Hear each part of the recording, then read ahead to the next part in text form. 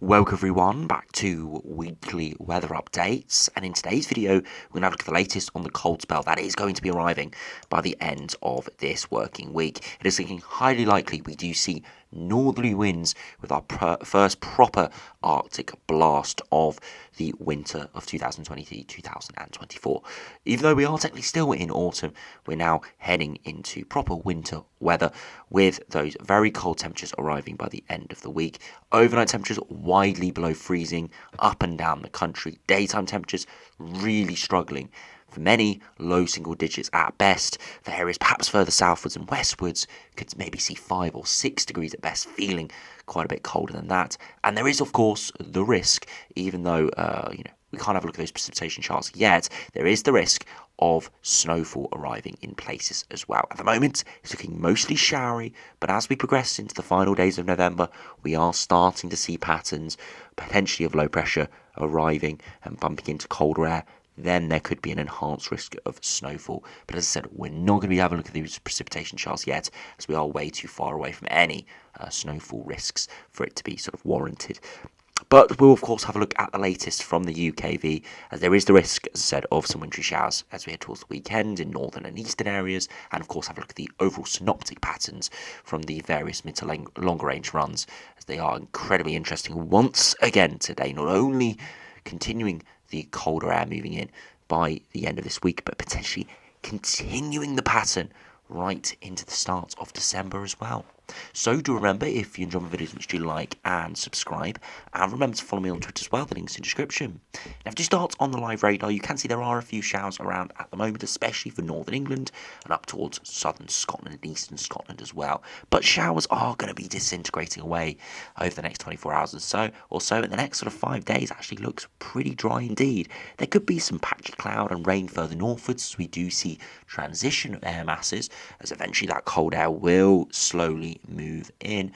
But really, we're not looking at any persistent widespread rain, with, as I said, just smattering of showers, maybe at most an hour or two of persistent rain further northwards. Now, at the moment, temperatures are not actually too cold as of this evening. Further southwards, we're actually seeing quite a few yellows, so temperatures into the low teens.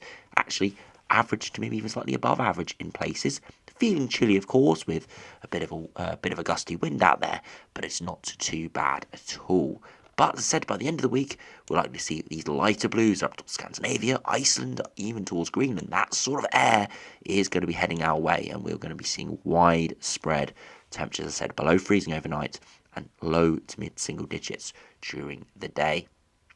Now, if you have a look at the latest UKV, we do get into the first sort of day or two of the cold spell arriving, so we can have a look at it in a little bit of detail. Now, we can see through the rest of this evening, those showers will peter away, and we do see some increased cloud tomorrow and a few patches of rain, but nothing too crazy. Into Wednesday, we do see some more extensive rain further northwards, but it's most likely just going to be some patchy drizzle and lighter rain in places, nothing too heavy with that, and most of it should clear through the morning.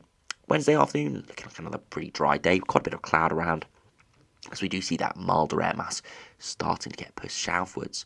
Now, if you do look to the north, you see much clearer air moving in with showers and more breaks in the cloud, and that's the fresher, drier Arctic air moving in. And you see some of those showers behind this cold front, which is this stretch of moderate rainfall in a very thin line. Some of those showers are starting to turn to snow through Thursday. Initially really only over the higher ground, but could turn more widely through Friday. Again, we're looking at a wintry shower risk. We're not looking at any widespread snowfall, nothing like that. If anyone says we're going to be seeing, settling snow or anything like that, then that is not coming up in the near future.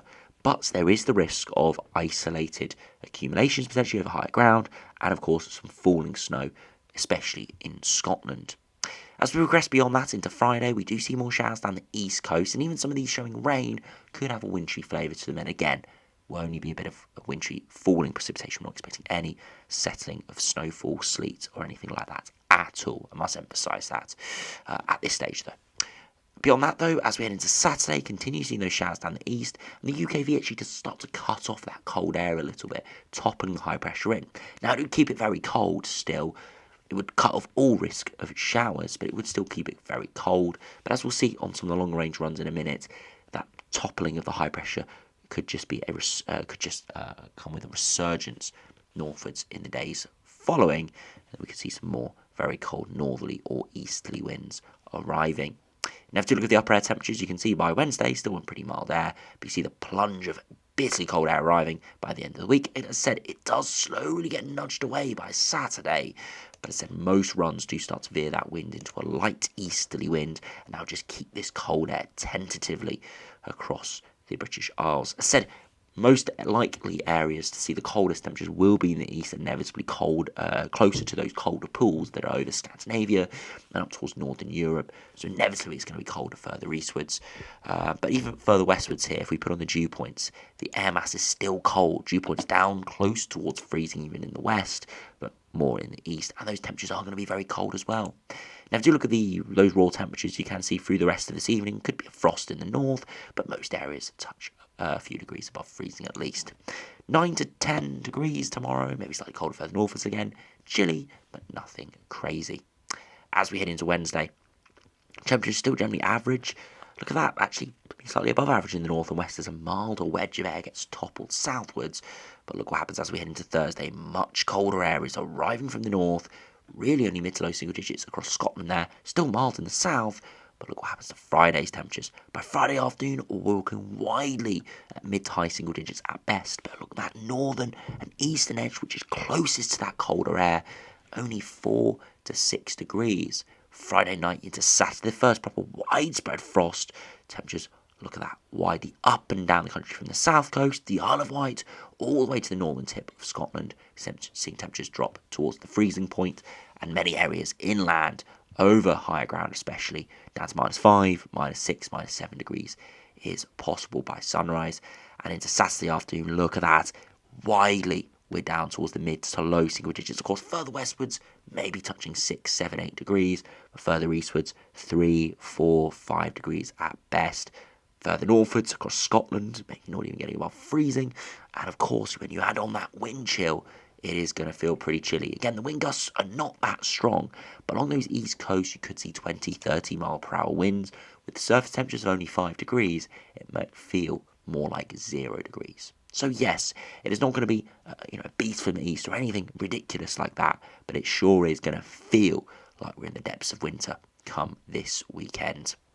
Now, if we do have a look at the longer range, which of course is the most interesting part at this stage, because we are still a number of days from this colder air arriving, and of course the longer range continues to throw up some interesting signals potentially for a continuation of cold weather, and of course bringing that risk, which most people of course watch the videos for, bringing the risk of snowfall, of course. Now, we can see the high pressure toppling over the top of us in the coming days, heading northwards, and we see that northeasterly wind arrive.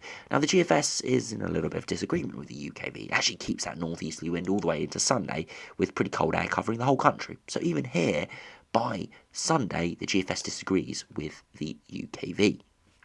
So again, this is why we're not looking at snowfall charts or anything like that, because subtle differences, even in the next 3 or 4, 5 days, can create huge differences to the surface. Here, this would keep parts of the Republic of Ireland down towards freezing overnight and mid to low single digits in the day, whereas the UKV bumps those temperatures up slightly, probably towards Sunday, Monday time. So even at the short time frame, 4 or 5 days, we are seeing differences between the models. But if we do continue with the GFS, you can see the high pressure does slowly topple over the top of us, but it does keep that easterly flow. Eventually, the high pressure tries to edge northwards once again in around 10 days' time, and this brings an even colder northeasterly wind in. And look at that, even some lower pressures spiralling up around the Bay of Biscay could potentially influence southern areas and bring the risk of precipitation. Now, I know at the moment we're not talking about snowfall or anything like that, but as we progress towards early December, after days of colder weather, the risk of snowfall does increase. Because at the moment, surface temperatures still well above freezing, sort of 5 to 10 degrees, soil temperatures still very warm. All these little factors do contribute into the risk of winteriness in this country. Of course, right at the margins. But if we did see this sort of pattern occur in early December, there definitely is the risk of snowfall and potentially even widespread snowfall. Right towards the end of the run, though, westerly winds return, but all the way to about 330 hours, we are cold, potentially even bitterly cold at times. Look at those upper air temperatures widely below freezing at 850 HPA. And of course, there is the risk of snow with that area of low pressure. If we actually have a look at the total snow depth here, you can see there is a bit of snow running there across northern and central France, actually towards the Alps. Quite a lot of snow actually towards the end of this run. And again, easily that low pressure could adjust northwards or southwards. So again, need to keep an eye on that in the longer term. You can see, though, if we do go to the start of this run, right towards the end, the massive increase in snowfall across much of Europe, especially around the higher ground, the Alps, towards southern Europe and towards Eastern Europe. Masses of increases in snowfall here. So big big start to winter, not only arriving for parts of the UK, but for most of Europe as well.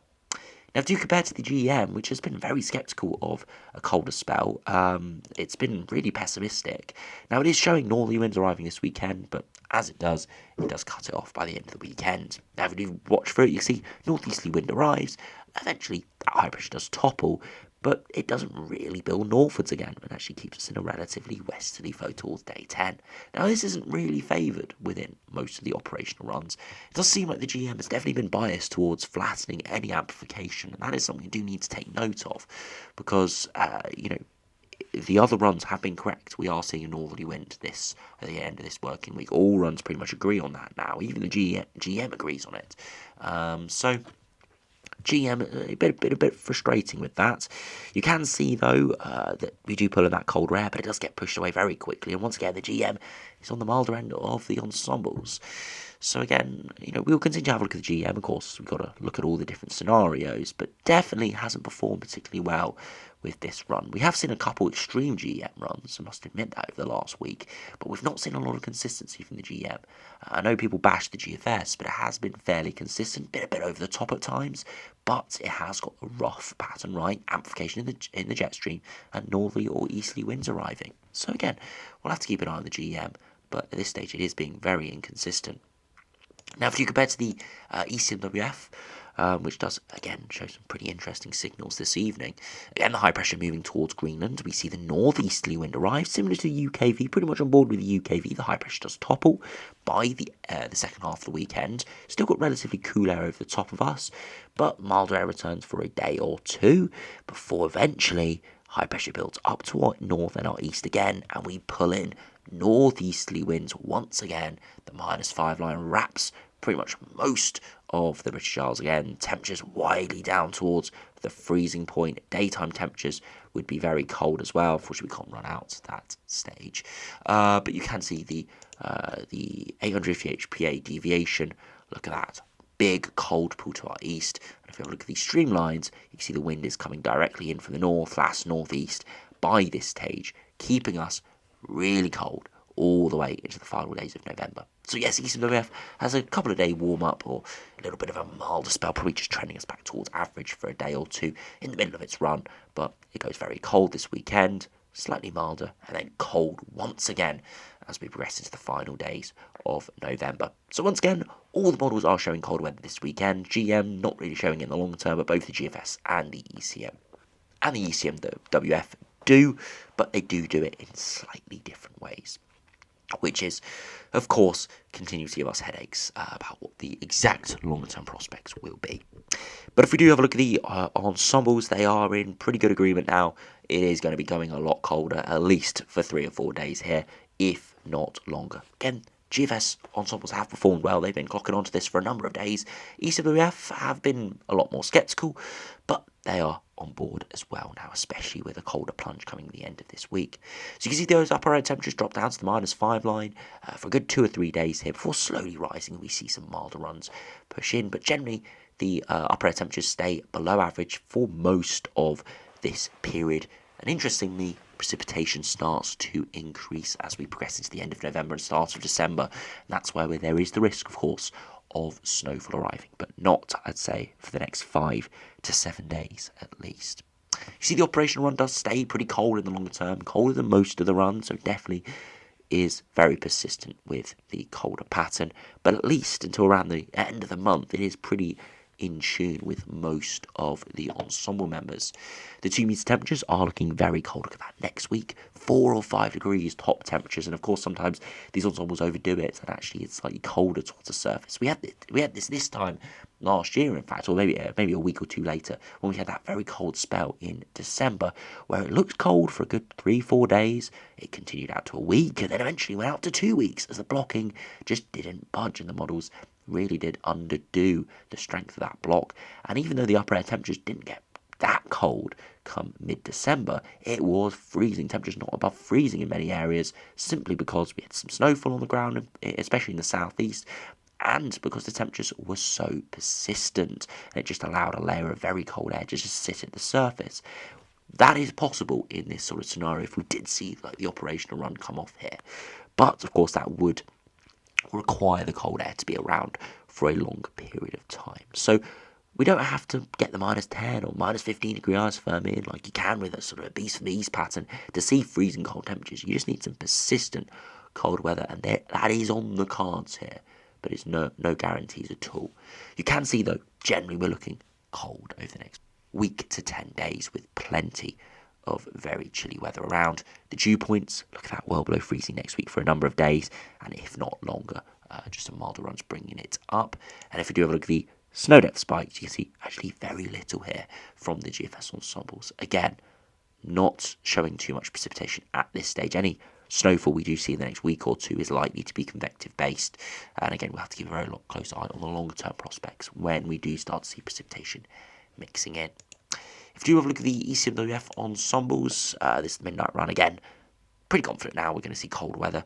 And you can see it is pretty persistent once again, even with actually high precipitation the GFS was showing. But yeah, persistent cold weather, not freezing cold like the GFS is showing down towards the -5 line, more around the -3 or -4 for a good week or two. But again, is on board now for a colder spell, at least this weekend, and potentially even a lengthy colder spell. So it is looking like it is going to be turning pretty chilly this the upcoming end of this working week into the weekend, and it could be staying cold all the way to the end of the month, the start of December. Autumn is ending on the complete opposite to how it started, with heat waves back in September. We're now ending with very cold spells, and as I said, we'll have to keep a very close eye on those temperatures, the exact position of high pressure, low pressure, as that is going to make all the difference to the exact surface temperatures, the length of the cold spell, and of course, what many of you will be interested in is, of course, any risk of snowfall as we do progress over the next couple of weeks, as we do see low pressure mixing in with this colder air. So thanks for watching. Hope you have enjoyed. Make sure you subscribe if you're new, and I'll, of course, have some more updates out over the next couple of days. Again, hopefully seeing more confidence build within the models, and of course, if we do start to see the risk of snowfall, we will start to report on that as well. But at this stage, I must emphasise, no risk in the next 5 days, most likely no risk in the next 7 days either, out of the 10 days possibly, but we're not going to report on that at that time frame. As I said, thanks for watching, hope you enjoyed, subscribe if you're new, and I'll see you again for another video soon.